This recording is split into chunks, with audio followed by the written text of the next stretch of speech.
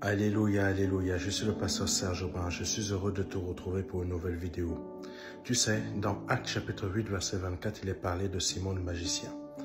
Simon le magicien était une personne perfide, une personne qui faisait de la magie pour pouvoir tromper les gens, pour pouvoir égarer les gens. En fait, c'était l'image du, je peux dire, de l'homme pécheur qui fait tout un tas de magie, de paillettes, etc. pour montrer qu'il est pur, mais dans les faits, il n'est pas pur.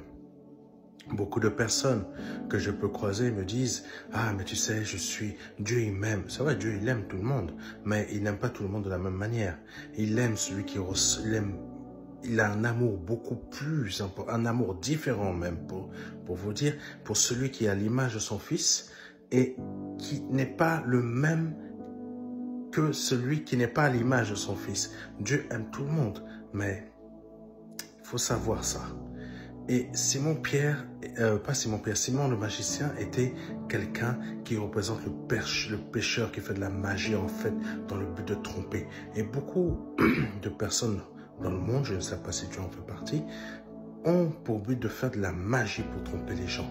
Ah, tu sais, je suis une bonne personne.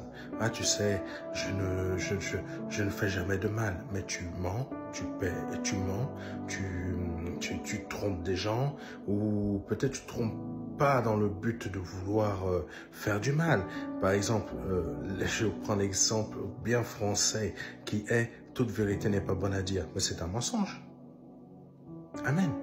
Et même, il y en a certains qui sont très forts, qui disent, qui trompent les gens, qui plantent des couteaux derrière le dos des autres, qui médisent et qui vont dire « Ah, mais je suis une bonne personne, vraiment je suis bien, Dieu il m'aime. » Mais c'est de la magie, comme Simon le magicien. Pourquoi je te parle de Actes chapitre 8, verset 24? Parce que quand Simon, Pierre, là, l'apôtre, était en train d'imposer les mains et que le Saint-Esprit était donné aux gens à qui il imposait les mains, Simon le magicien a vu cela et a voulu l'obtenir. Et il a commencé à dire, ben donnez-moi la même chose que là, je veux avoir la même chose que vous pour pouvoir donner aux autres. Et je vous donne même de l'argent. Mais pourquoi il voulait ça? C'était pas pour changer? Tu comprends? Tu commences à comprendre?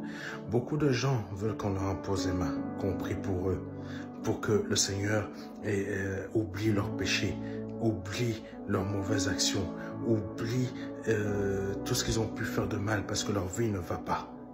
Parce que leur vie ne va pas du tout. Il y a un truc qui ne se passe pas bien, ou il y a plusieurs choses qui ne se passent pas bien, mais ils cherchent des hommes de Dieu comme moi pour prier pour eux.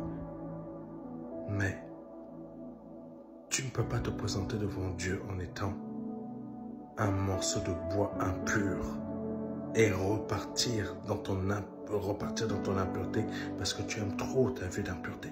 Tu ne peux pas. Le feu de Dieu va te consumer. Donc, tu ne peux pas venir me demander à moi en tant qu'homme de Dieu de prier pour toi, pour que tes péchés soient effacés et parce que toi, tu veux sois couvert pour que tu puisses entrer dans le ciel et continuer à ta vie d'impudicité, ta vie de mensonge.